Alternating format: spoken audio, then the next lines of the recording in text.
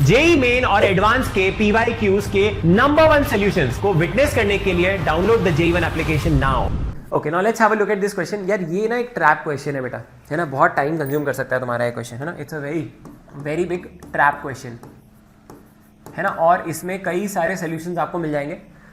ये इरोडोव का सवाल है ना। इरोडोव में सबसे पहले दे रखा था और ये काफ़ी अच्छा क्वेश्चन लगा था जब मैंने देखा इसको, और बहुत इंट्रीगिंग है। ट्रैप क्वेश्चन ये है क्योंकि इसको देख के लगेगा अरे मुझे तो कोलिजन आता है, मुझे तो एनर्जी कंजर्व करना आता है, इलास्टिक कोलिजन और है, और आपको बस ये निकालना है थीटा की मैक्सिमम वैल्यू। बहुत इंटाइसिंग लगता है क्वेश्चन देखने में, but trust me it can really रूइन your preparation. हो सकता है आप इसमें आधा घंटा भी वेस्ट कर दो, ठीक है। तो I have seen teachers spending more than half an hour on this question.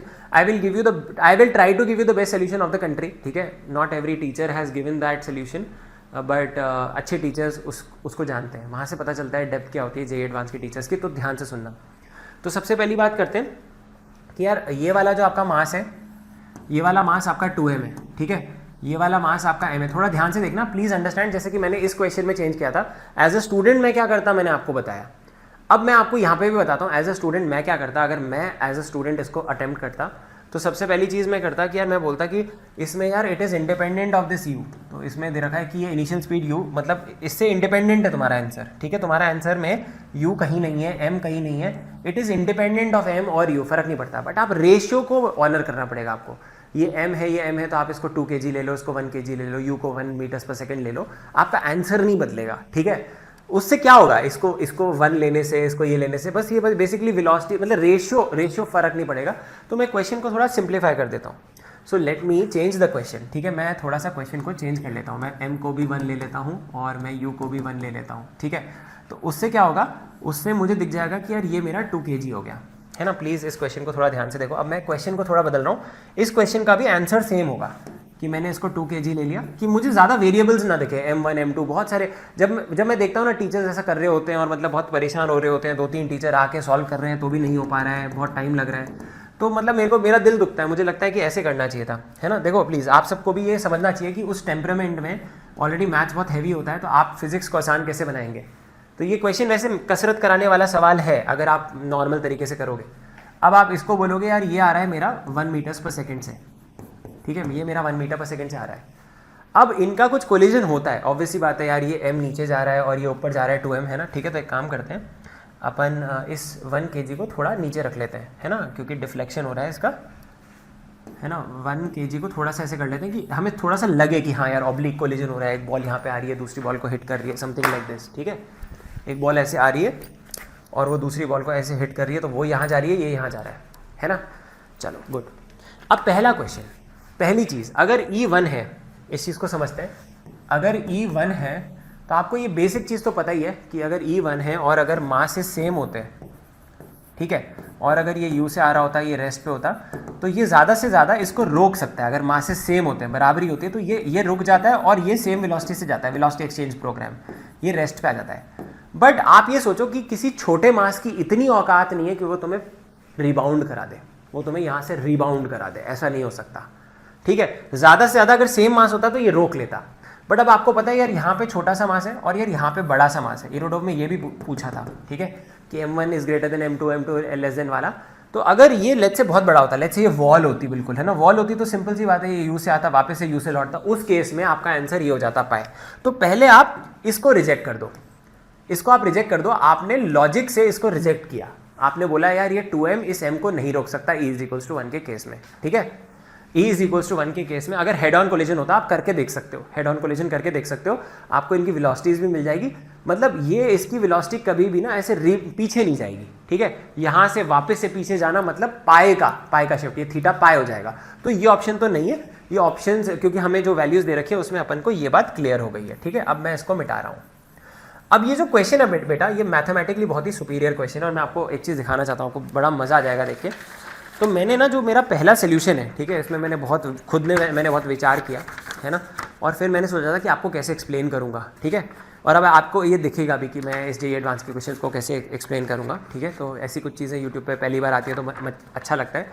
At least solution आपको पहले पता हो सकता है, कई बड़ी किताबों में और मतलब कई अच्छे टीचर्स ने इसको एक्सप्लेन किया है। और फिर ये एक्सप्लेनेशन जो बेसिकली पूरे हिंदुस्तान में आपको हर जगह मिल जाएगा, ये वाला ये जो बड़ा सा होता है इसमें डिफ्रेंशिएट करना पड़ता है। कुछ लोग डिफ्रेंशिएट करते हैं, कुछ लोग उसको वो रूट्स को डिस्क्रिमिनेंट को 0 ग्रेटर देन लेस देन ये सब नाटक होता है, ठीक है। बहुत सारे सोल्यूशन है।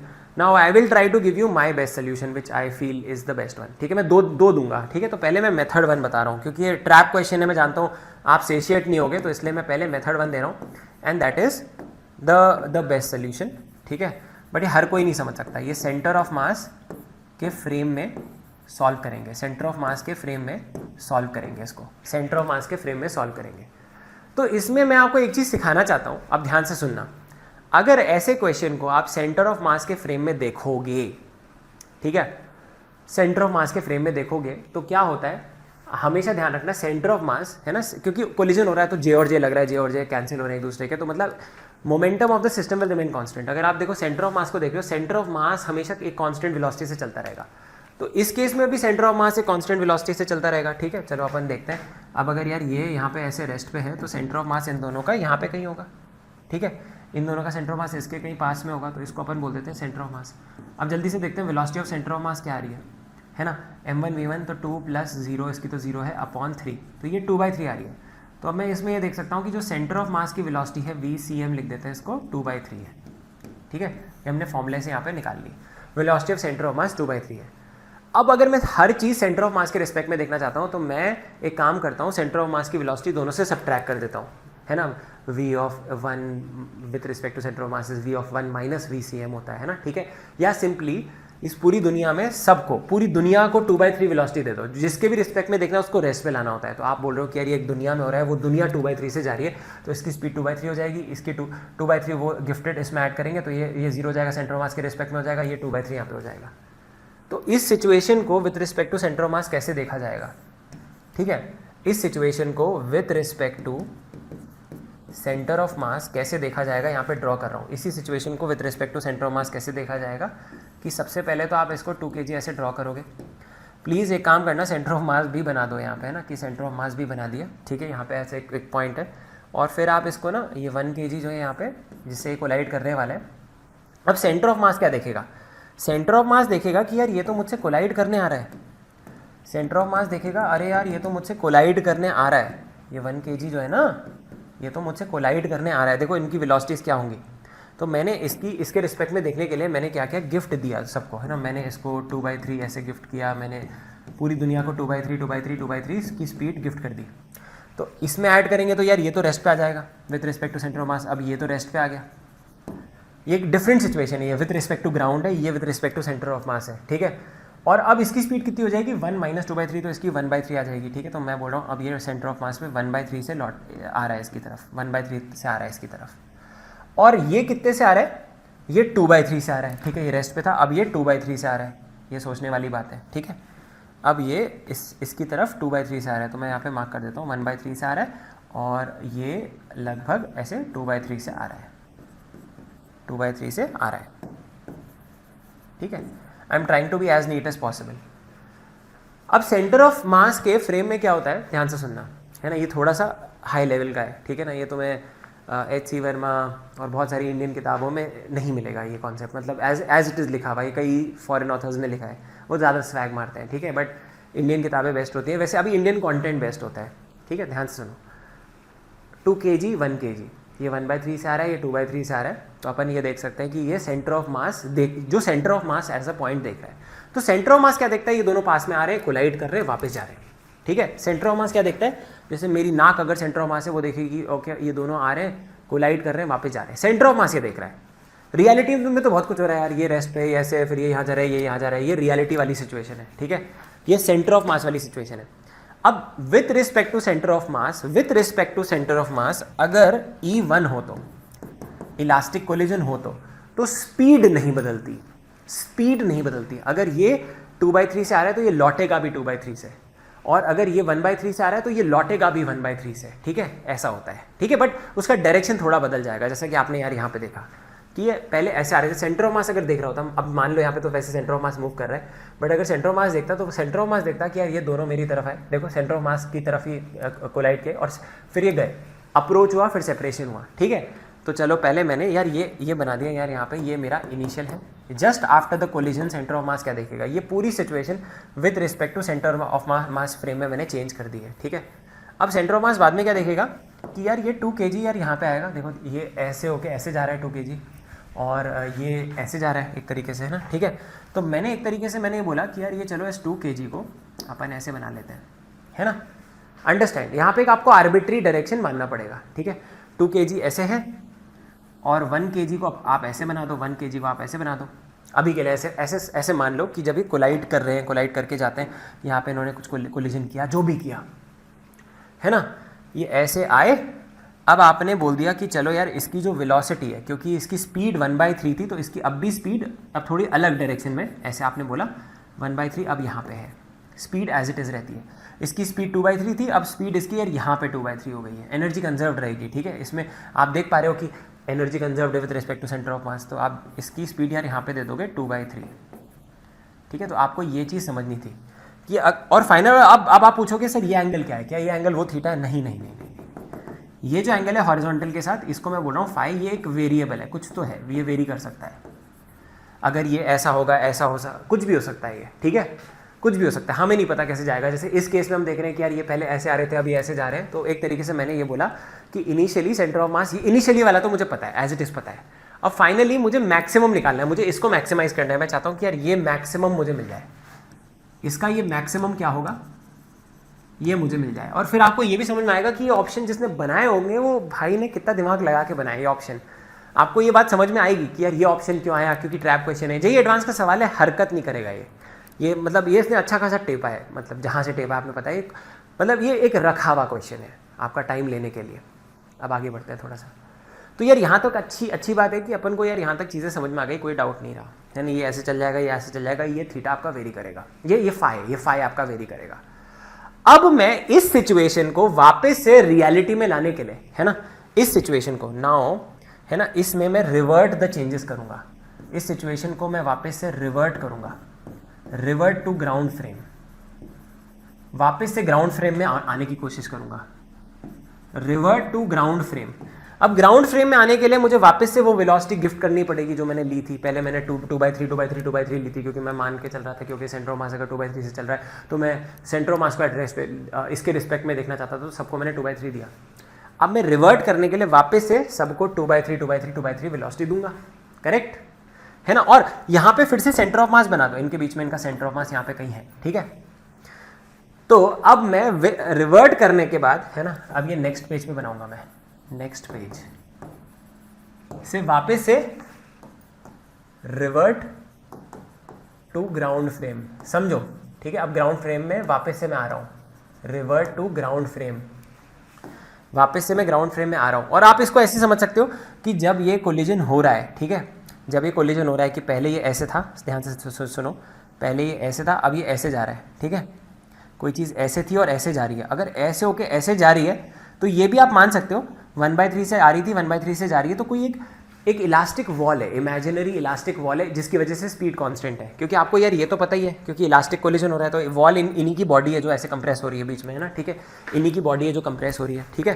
तो अब अगर आप with respect to centre of mass देखोगे तो अगर कोई चीज़ लेट से 1/3 से आ रही है, कोई चीज़ अगर 1/3 से आ रही है तो 1/3 से लौटेगी, मतलब देखो, और स्पीड ऑफ लाइट की तरह, स्पीड ऑफ मतलब क्या बोलते हैं यार, लाइट की तरह, लाइट जैसे रिफ्लेक्ट करती है ना, angle of incidence is equals to angle of reflection, तो वैसे ही जो E इज इक्वल्स टू 1 वाले कोलिजन होते हैं विदाउट फ्रिक्शन, उसमें भी angle of incidence angle of collision के बराबर होते हैं, वही चीज़ है, ठीक है। और स्पीड वही रहेगी एज इट इज, ठीक है। तो जो स्पीड लेट्स से 1/3 थी तो 1/3 ही रहेगी क्योंकि इलास्टिक कोलिजन है, ठीक है। E इज इक्वल्स टू 1 अगर नहीं होता तो फिर ये और ज़्यादा कॉम्प्लेक्स सिचुएशन बन जाती, इंटरेस्टिंग क्वेश्चन बन जाता ओलंपियाड वाले बच्चों के लिए, बट आपको नहीं करना चाहिए एडवांस के लिए। तो ये देखो, ये 1/3 है, ये 2/3 है। अब मैं इसमें रिवर्ट कर रहा हूँ चेंजेस, वापस से मैं ग्राउंड फ्रेम में आ रहा हूँ, वापस से मैं इसी सिचुएशन पे आ रहा हूँ, ग्राउंड फ्रेम में आ रहा हूँ, ठीक है। अब मज़ा आएगा आपको। तो अब मैंने क्या किया, मैंने इसको 2 kg को ऐसे बनाया, मैंने 1 kg को ऐसे बनाया। अब मुझे वापस से जो मैंने ली थी, एक मिनट यहाँ पे है ना, जो मैंने ये 2/3 ली थी वो मुझे वापस से देनी पड़ेगी, है ना, ठीक है। मुझे वापस से यहाँ पे दिया था मैंने, सबको वापस से दूंगा मैं 2/3, ठीक है। सबको मैं 2/3 गिफ्ट कर दूंगा वापस से, सबको मैंने ये सारे के सारे गिफ्ट कर दिए वापस से वेलोसिटीज, है ना, जो मैंने यहाँ पे ली, यहाँ पे एक गिफ्ट दिया था, इसको भी, इसको भी, इसको भी, है ना, ठीक है। अब मैं वापस से 2/3 ऐसे दे दूंगा। अब आपको दिखने लगेगा कि हाँ यार ये तो ओरिजिनल सिचुएशन भी ये यही थी, ओरिजिनल सिचुएशन भी यही थी। आप खुद ही बोल दोगे कि हाँ सर ओरिजिनल सिचुएशन भी यही थी कि ये तो 2/3 की स्पीड थी इसके पास पहले भी, है ना, पहले भी तो इसके पास 2/3 की स्पीड थी, 2/3 की स्पीड थी, तो अब भी इसके पास 2/3 की स्पीड है। तो 1 kg का क्या हुआ, 1 kg के पास कुछ ऐसे 2/3 की स्पीड थी। अब इसके पास यार यहाँ पे भी 2/3 की स्पीड आ गई। अब बट हमें 2 kg में इंटरेस्ट है, 2 kg में इंटरेस्ट है। ये हॉरिजॉन्टल है, ये हॉरिजॉन्टल है, 2 kg में इंटरेस्ट है। हमें पता है कि 2 kg की स्पीड हमने फाई एंगल पे 1/3 ली थी, ठीक है। तो अपन ने बोला कि ओके फाइन, हमने 1/3 फाई पे ली थी और अब इसके पास 1/3 2/3 और है, ठीक है। इसके पास यहाँ पे 2/3 और है, ठीक है। हाँ, तो ये आपको समझ में आ गया कि विथ रिस्पेक्ट टू, अब इसके पास 2 वेलोसिटीज़ हैं, मतलब ग्राउंड फ्रेम में ये पार्टिकल कहाँ जा रहा है, ये येलो वाला 2 kg पार्टिकल ग्राउंड फ्रेम में यहाँ पे जा रहा है। इसकी रिजल्टेंट वेलोसिटी यहाँ पे है, रिजल्टेंट वेलोसिटी यहाँ पे, और ये रिजल्टेंट वेलोसिटी थीटा पे, और मुझे थीटा को मैक्सिमाइज करना है, थीटा को मुझे मैक्सिमाइज करना है। हाँ, अब ये क्वेश्चन अब समझ में आएगा तुम्हें। अब मुझे इस थीटा को मैक्सिमाइज करना है। अब आपके मन में बहुत सारी चीज़ें आ सकती हैं कि ओके फाइन, ये तो वेक्टर का क्वेश्चन हो गया, ये वेक्टर का क्वेश्चन हो गया, ये 2/3 है, ये 1/3 है, तो थीटा मैक्सिमम कब होगा, है ना, पैरेललोग्राम है। अब इसको आप बहुत तरीके से सोच सकते हो। आप सोच सकते हो कि चलो एक केस में अगर 1/3 यहाँ पे होगा, अगर 2/3 यहाँ पे होगा, तो हो सकता है कि इस केस में मैक्सिमम आ जाए, है ना। केसेस सोच सकते हो ना आप ऐसे कि ओके फाइन यार इस केस में शायद मैक्सिमम आ जाए। अब अगर आप देखोगे तो कोई अगर ऐसे सोच ले गलती से कि अरे यार शायद रेक्टेंगल में ज़्यादा आएगा, ये एंगल रेक्टेंगल में शायद ज़्यादा आएगा, तो इस केस में अगर आप देखोगे tan 1/2 आ जाएगा, है ना, tan theta will be this by this. तो अगर आप देखोगे ये ऐसे आता है, बट ये इसका आंसर नहीं है, ठीक है, ये इसका आंसर नहीं है ना। इसके लिए थोड़ा और अच्छे से सोचना पड़ता है कि ये सबसे बढ़िया, है ना। तो दिस इज नॉट, ये जो थॉट है, ये कई सारे लोग ये वाला थॉट लगा सकते हैं, बट ये थॉट ये मैक्सिमम वाला नहीं है ना। This is not the case of maximum, है ना, ठीक है। ये बहुत बड़ी गलती हो सकती है, तो ये आपका आंसर नहीं आता है, ठीक है। This is not your answer again. फिर आता है कि 30 डिग्री या 60 डिग्री, है ना। आप देख सकते हो यार ये आपका कितना है, ये आपका 30 डिग्रीज है और ये आपका 60 डिग्रीज है। इनमें से अब आपका एक आंसर है। अब ये 30 डिग्री और 60 डिग्री कैसे आता है, अब आपको सोचना पड़ेगा वेक्टर में। अब अगर आप प्लीज़ अंडरस्टैंड, ये थोड़ा सा ना हाई IQ गेम है जो मैं अभी आपको बताने वाला हूँ।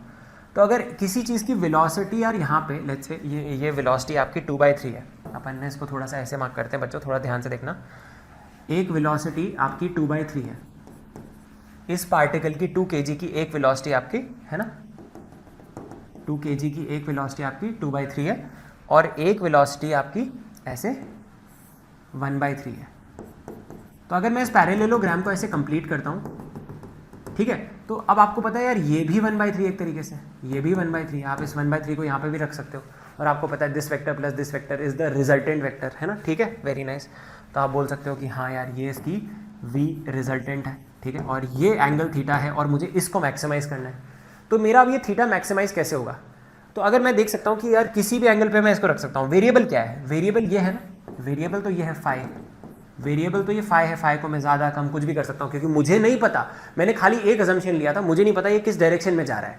मैंने ऐसे कोई भी डायरेक्शन ले लिया था कि ये ऐसे जा रहा है, पहले ये ऐसे आया फिर ये ऐसे जा रहा है, अभी कुछ भी हो सकता था, ऐसे जा रहा है, तो आपको नहीं पता था कि ये क्या होगा, आपको नहीं पता क्या होगा। तो अगर आप इतना कर पाए ना, अब इसके बाद एक बहुत बढ़िया सॉफ्ट लॉजिक लगता है जो लिटरली अगर कोई ऐसे सोच सकता है तो वो बहुत जीनियस है। तो अब आपको एक तरीके से इसका एक सर्कल बनाना पड़ेगा बेटा, है ना, सर्कल बनाना पड़ेगा इसका। अगर आप देखोगे ऐसे ना, इस यहाँ से आपको एक ऐसे सर्कल बनाना पड़ेगा, ठीक है। सर्कल बनाओगे तो आपको एक चीज़ दिखेगी, ठीक है। अब अगर मैंने यार लेट्स से यार ये सर्कल बना दिया, ठीक है, ये 1/3 का सर्कल बना दिया, 1/3 रेडियस का सर्कल बना दिया। I am so impressed with this method, है ना। तो अगर मैंने 1/3 का सर्कल बना दिया, ध्यान से सुनना, है ना, तो इसका जो रेडियस है, ये रेडियस 1/3 है, ठीक है, ये रेडियस इसका 1/3 है। तो अब अगर आप देखोगे इसमें आप बहुत सारे ऐसे बना सकते हो, ऐसे बना सकते हो, ऐसे बना सकते हो, ऐसे बना सकते हो। तो आपका मैक्सिमम थीटा कब आएगा, आपका मैक्सिमम थीटा तब आएगा जब ये इस पे टेंजेंट होगा, ठीक है, जब ये इस पे टेंजेंट हो जाएगा तभी आपका मैक्सिमम थीटा आएगा, ठीक है, जब ये इस पे टेंजेंट होगा, क्योंकि है ना ये यही चीज़ कांस्टेंट है 1/3, ठीक है। तो जब ये इस पे ऐसे टेंजेंट होगा 90 डिग्री पे होगा, है ना, तभी ये आपका V रिजल्टेंट ये मैक्सिमम देगा, थीटा मैक्स यहाँ पे आएगा।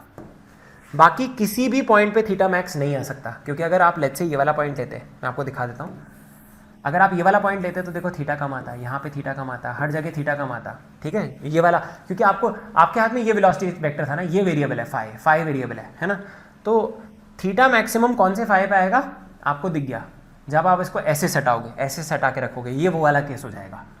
अगर आप इस 1/3 को बेटा जी, इस 1/3 को, ये जो 1/3 था, इस 1/3 को अगर आप ऐसे रखोगे 90 डिग्री पे यहाँ पे, और ये ऐसे है ना, ये फट्टा आपको बनाना है एक तरीके से, है ना। ये जो रिजल्टेंट है आपको, ये रिजल्टेंट का मैक्सिमम चाहिए, तो इसको एक तरीके से आपने 1/3 का इस, आपने बोला ये रेडियस कहीं भी हो सकता है, ये रेडियस यहाँ हो सकता है, कहीं भी हो सकता है, तो आप जब इस रेडियस को यहाँ रखोगे तो थीटा मैक्सिमम आएगा। समझे मेरी बात? जब आप इस थीटा को यहाँ रखोगे तो ये मैक्सिमम आएगा। डॉपलर्स इफेक्ट में भी कई बार हम मैक्सिमम फ्रीक्वेंसी के लिए फंडा यूज़ करते हैं, तो ये यहाँ पे भी आया। तो अब आप निकाल सकते हैं यहाँ से थीटा मैक्स कितना है, ठीक है। बट इसमें दिमाग ज़्यादा लगाना पड़ेगा, आपको कैलकुलेशन नहीं लगेगी। So sine theta max will be equal to half, है ना, दिस अपॉन दिस, ठीक है। तो ये हाफ आ गया, तो यार यहाँ से आपका थीटा मैक्स। आई होप आपने ये मेरा सोल्यूशन अप्रिशिएट किया, मैंने बहुत एफर्ट मारा है यार इसमें, सच बताऊँ तो ये कॉन्सेप्ट भी लग जाता है इसमें, तो आई होप आपने अप्रिशिएट किया। तो दिस इज डी ऑप्शन। अब मैं आपको, चलो यार, इसका जैसा कि मैंने प्रॉमिस किया था, मैं आपको इसका मेथड 2 भी बताऊंगा, जो दुनिया में आपको हर कोई बता देगा। ये मेथड 2 है जिसमें अपन बेसिक मैथ ही यूज़ करेंगे, बेसिक मैथ यूज़ करके हम ये निकालेंगे, और ये थोड़ा लंबा भी हो जाएगा, ठीक है। तो इसमें अब ऑब्वियसली बात है, in the interest of time मैं इसको लिख के लेके आया हूँ, तो मैं पूरा सॉल्व नहीं करूँगा, है ना। तो मैं आपको जल्दी से बता दूंगा इक्वेशन आपके क्या क्या बनते हैं, ठीक है। इक्वेशन आपके क्या क्या बनते हैं, मैंने इसको, अगर आप देखोगे, मैंने इतने से में सॉल्व किया पूरे को, है ना। बट ये कैलकुलेशन बहुत ही गंदे दिखते हैं, तो आप इसको अच्छा कैसे बना सकते हो, मतलब जो बेस्ट मेरे हिसाब से मैं कर पाया, मैं आपको दिखा दूंगा। तो अब आप देख सकते हो 2m u से आता है, या बेसिकली मैंने बोला इस सिचुएशन को आप लो, आप तो इस सिचुएशन को लो, आप तो ये m को ये बेसिकली इजी कर देगा कैलकुलेशन को। मैंने इसमें भी ये यूज़ किया है, अब मैं फिर से वही चीज़ कर रहा हूँ। मैं बोलता हूँ कि यार ये देखो 2 kg आ रहा है, ठीक है। ये कोलाइड करता है 1 kg से यहाँ पे, ठीक है, 1 kg रेस्ट पे है, ठीक है। ये इनिशियल बना दिया मैंने, और अब मैं यार यहाँ पे एक फाइनल भी बना देता हूँ, ठीक है। और ये आपका आ रहा है कितने से, ये आपका आ रहा है 1 मीटर्स पर सेकेंड से। अब मैं इसका यार यहाँ पे फाइनल भी बना देता हूँ। मैं फाइनल कुछ ऐसे बनाऊँगा कि ओके फाइन, मैं बोलूँगा कि ओके फाइन आपका जो 2 kg है, ठीक है, अब यहाँ जा रहा है, और आपका जो 1 kg है वो यहाँ पे कहीं जा रहा है, ठीक है। और अब मैं इनकी वेलोसिटीज़ भी यहाँ पे मार्क कर दूंगा कि यार इसकी जो वेलोसिटी है, क्योंकि मुझे 2 kg में इंटरेस्ट है, तो मैंने इसकी वेलोसिटी को v ले लिया, और मैंने बोला यार ये वाला एंगल थीटा है, मुझे इसको ही मैक्सिमाइज़ करना है। ये मुझे इसमें ज़्यादा इंटरेस्ट नहीं है, तो मैंने इसको अल्फा ले लिया, है ना, और मैंने इसको v1 ले लिया। मैंने बोला इसकी वेलोसिटी v1 हो जाती है, ठीक है। अब आप देखो बहुत सारे वेरिएबल मैंने इंट्रोड्यूस कर दिए, कितने सारे वेरिएबल मैंने इंट्रोड्यूस कर दिए। मेरा वेरिएबल एक v हो गया, मेरा v1 हो गया, एक थीटा हो गया, एक अल्फा हो गया, इतने सारे वेरिएबल हो गए। तो पहले तो आप to bloody get rid of this variables. जब भी कोलिजन होता है आप क्या करते हो, जब भी कोलिजन होता है आप मोमेंटम कंजर्व करते हो, x में भी y में भी, ठीक है। इनिशियल मोमेंटम x में था, y में कुछ नहीं था, तो 0 रहेगा, है ना, ठीक है। तो सबसे पहले आप मोमेंटम इन x कंजर्व करोगे, p डब्बा मतलब मैं मोमेंटम को कंजर्व कर रहा हूँ, तो x में initial momentum is equals to x में फाइनल मोमेंटम, तो ये आप लिख दोगे 2, इनिशियल मोमेंटम 2 है x में, ठीक है। तो वहाँ पे क्या हो जाएगा, is equals to 2v cos theta, है ना, इसका लिख दोगे 2v cos थीटा, और इसका लिख दोगे 1v1 cos अल्फा, तो इसको आप लिख दोगे 1v1 cos अल्फा, है ना। अब यार ये आपकी आँख को अखर रहा है, somehow you want to get rid of this v1 and alpha, तो आप इसको गेट रेड करना ही चाहते हो। सबसे पहले मैं चाहता हूँ एक वेरिएबल रह जाए, मैं चाहता हूँ एक वेरिएबल रह जाए, समथिंग लाइक अगर लेट्स से मेरे पास v as a function of theta आ जाए कुछ, है ना, खाली थीटा आ जाए, v और फंक्शन ऑफ थीटा आ जाए, तो मैं क्लियरली बोल सकता हूँ कि ओके फाइन, अगर मुझे पता है कि मुझे किसी एक पर्टिकुलर v पे थीटा को मैक्सिमाइज़ करना है, थीटा और v का अगर ग्राफ मैं बनाऊँगा तो मुझे ऐसा दिख सकता है कि हाँ यार यहाँ पे मैक्सिमम अगर थीटा आ रहा है मेरा, तो मैं इसमें कर दूंगा d theta by d v को 0 कर दूंगा मैं, ठीक है। D theta by d v को मैं 0 कर दूंगा, तो मेरा उद्देश्य यह है बेसिक मैथ से, है ना, डिफ्रेंशिएशन करके मैं मैक्सिमा निकाल लूँगा इसका, ठीक है। तो मुझे समहाउ कुछ वेरिएबल्स को मैथमेटिकली गेट रिड ऑफ करना है, ठीक है, इसको ऐसे समझ लेंगे। But still it looks better like this, नहीं तो बहुत गॉडी लगता है, एम भी आ जाएगा, v1 v2 और इसको ul, इतने सारे वेरिएबल, आप पागल हो जाओगे, ठीक है। तो इसको आप ले लेंगे 1, ठीक है। अब सेकंड आप क्या करेंगे, मोमेंटम इन y को भी कंजर्व कर लेंगे, मोमेंटम इन y को भी कंजर्व कर लेंगे।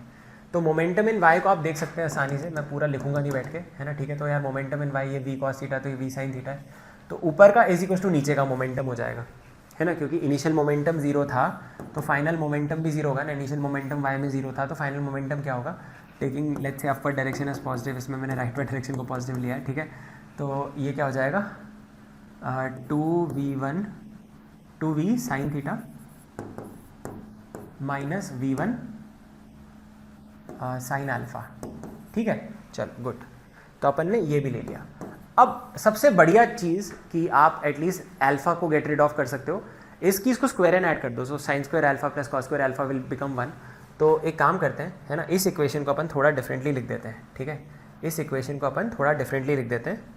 तो अगर हम इसको लिख देंगे v1, है ना, या यहाँ से थोड़ा सा इसको सिंप्लीफाई कर लेते हैं और फिर एक एनर्जी इक्वेशन भी लिख देंगे, क्योंकि हमें पता है कि E1 है तो एनर्जी कंजर्व्ड है। तो एक एनर्जी इक्वेशन भी यार यहाँ पे लिख देते हैं पहले, है ना, फिर अपन सॉल्व करना स्टार्ट करेंगे। फिर पहले एक एनर्जी इक्वेशन भी लिख देते हैं। तो जो एनर्जी इक्वेशन होगी आपकी वो कुछ ऐसे दिखेगी कि half 2 × 1 square energy initial is equal to energy final. इसकी काइनेटिक एनर्जी कितनी है जल्दी से बताओ? हाफ 2 × 1 स्क्वायर, तो वो वाली आ जाएगी। ठीक है, हाफ 2 × 1 स्क्वायर। देखो मैं बोल रहा हूँ ना, वेरिएबल में बहुत अच्छे लेता हूँ। तो ये क्या हो जाएगा, plus is equal to v square, half 2 × v square. तो इसकी काइनेटिक एनर्जी हो गई, इसकी काइनेटिक एनर्जी कितनी हो जाएगी, प्लस हाफ v1 स्क्वायर। ठीक है, चलो गुड। तो इसको भी सिंप्लीफाई कर दो, 2 is equals to v square plus v1 square. ठीक है, तो चलो इसको अपन ने बोल दिया इक्वेशन नंबर 3। अब इन 3 इक्वेशन से वेरिएबल थोड़े कम कर लो। ठीक है, वेरिएबल कम कैसे होंगे मैं तुम्हें बताता हूँ। सबसे पहले आप क्या करो, इनको स्क्वायर एंड ऐड करो। इन दोनों को देखो, इन दोनों को देखो। अब आप क्लियरली यहाँ से बोल सकते हो v1 स्क्वायर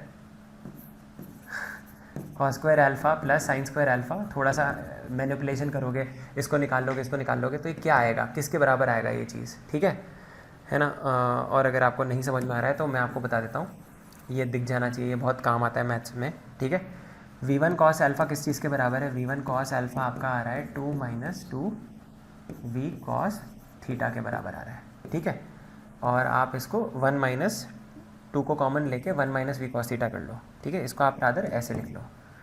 तो यार ये आपका एक इक्वेशन हो गया। दूसरा इक्वेशन आपका हो जाएगा v1 sine alpha equal to, और ये हो जाएगा आपका 2v साइन थीटा के बराबर। तो जब आप इनको स्क्वायर एंड ऐड करेंगे बच्चों, ठीक है, when you will square and add them, तो ये ऑलरेडी भस्म हो जाएगा आपका sine square theta plus cos square theta. तो v1 स्क्वायर आपका किसके बराबर आ जाएगा, v1 स्क्वायर, और v1 स्क्वायर यहाँ पे भी इस्तेमाल करेंगे तो हमें अपना चीज़ मिल जाएगा। तो v1 स्क्वायर हो जाएगा किसके बराबर, v1 स्क्वायर हो जाएगा किसके बराबर। ठीक है, इसको थोड़ा सा अच्छे से करो। v1 स्क्वायर हो जाएगा आपका 4, है ना, 1 + v square cos square theta minus 2v cos theta. ठीक है, और प्लस इसको भी ऐड कर देते हैं, plus 4v square sine square theta. हाँ, ये मुझे दिख रहा है। और अरे हाँ, इसमें भी आप प्लीज़ इस चीज़ को देखो, ये 4 इसमें नहीं आएगा, ये 4 इसमें नहीं आएगा, क्योंकि 4 तो अपन ने बाहर कॉमन ले लिया है, 4 तो अपन ने बाहर कॉमन ले लिया है। ठीक है, ये 2 का 4 कॉमन ले लिया है, तो ये यही हो जाएगा। अब फिर से आप ये मैजिक देखोगे यहाँ पे होता हुआ, ये फिर से v स्क्वायर हो जाएगा। ठीक है, तो चलो अपन इसको साथ साथ लिखते रहते हैं। तो अपन को ये समझ में आ रहा है कि हाँ यार, v1 स्क्वायर किसके बराबर आ रहा है, 4 × बेटा जी 1 + 1, ये हो जाएगा 2 - 2v कॉस थीटा। तो क्या v1 स्क्वायर आपका इतना आ रहा है?